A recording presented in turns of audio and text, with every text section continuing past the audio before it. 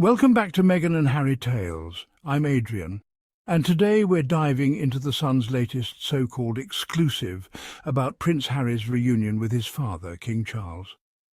According to them, this was a stiff, official 53-minute meeting at Clarence House that leaves no way back for Harry. But let's unpack what's really going on here. In the theatre of life, stories are told in many ways, some shouted from headlines, others whispered in silence.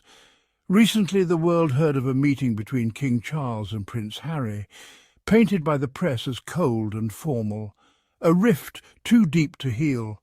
But the loudest stories aren't always the truest. Real change often happens quietly, in moments unseen. Is it possible the official narrative is just a reflection, distorted by those who benefit from conflict?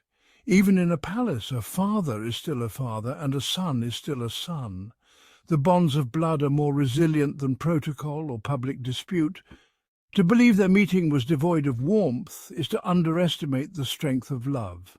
Let's pull back the veil and look for the deeper, more human truth. What if the real story is far simpler and far more hopeful than the headlines suggest? Imagine a scene the cameras never saw. The doors close, and in the quiet a father greets his son. Not a prince, just Harry. The embrace is warm, filled with shared memories and unspoken sorrows. This is not a summit, but a family reunion. They speak of life, of family, of children. Archie's adventures, Lilibet's growing personality, these are the threads that bind them, stronger than any royal decree. The media omits these moments, reducing the meeting to formality, but the reality is a father and son reconnecting, their bond unbroken. In small exchanges, the true nature of their relationship is revealed. Beneath the crowns, they are simply family. The real story is one of enduring connection, not division. In many cultures, gifts speak when words cannot. Harry brought a simple, joyful photograph of his family, a window into his world, a message of happiness. For Charles, seeing his grandchildren's faces is a gift beyond measure, closing the distance between them. In return, Charles gave Harry a birthday present. Private but deeply meaningful. These gifts were not grand, but personal, silent conversations of love and reconciliation. The media missed the tenderness in these exchanges, searching instead for conflict. But in these small acts, the real story was told, a family finding its way back, not through declarations, but through quiet acts of love.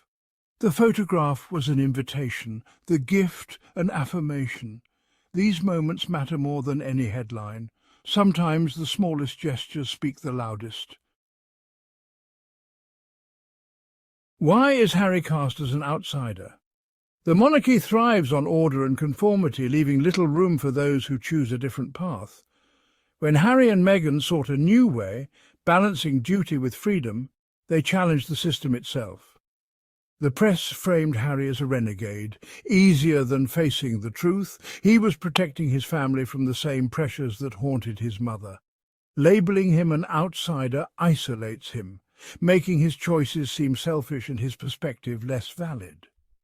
It's simpler to create a villain than to question the system's flaws. Every action is filtered through this lens, privacy called hypocrisy, his story called betrayal. The outsider narrative is a tool of control, keeping sympathy with the institution. But Harry wasn't born an outsider. He was made one. The real story is about a man forced to choose his own path. Harry and Meghan didn't seek exile, they sought evolution. They envisioned a modern monarchy, serving the crown, while building a safe, meaningful life for their family. Their proposal wasn't radical. Other royals in Europe have found similar balance. But tradition prevailed and the palace rejected their half-in, half-out model. Faced with an impossible choice, they chose family, mental health and freedom. Their departure wasn't rebellion, but a necessary step after trying and failing to reform the system from within. The path they walk now isn't what they wanted, but it's one they forged themselves. They wanted to be assets, not prisoners. Their story is about courage, not defiance. Sometimes the only way forward is to create a new path. Stories of royal feuds are built on whispers, anonymous sources, palace insiders, unnamed aides. These voices shape the narrative without accountability, creating an illusion of authority. Often they're part of a communications machine, leaking information to serve an agenda. The public believes they're getting the inside story, but it's a carefully curated tale. The palace stays silent while insiders do the talking, leaving Harry and Meghan to defend themselves against faceless critics. As readers, we must question these stories. Who benefits? What's the agenda?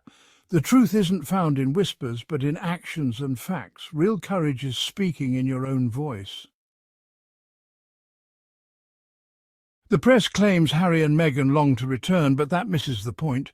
Harry's wish is for reconciliation, not a royal role. Meghan's presence was felt in a simple family photo, not in plotting a comeback.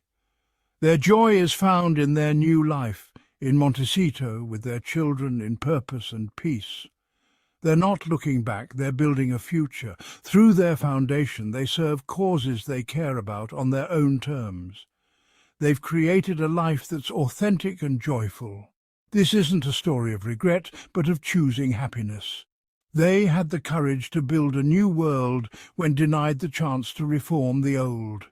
Harry and Meghan have found their happy ending, one that's truly their own, and that's what matters most. The truth is, reconciliation will never be possible as long as the palace and the press keep setting the terms.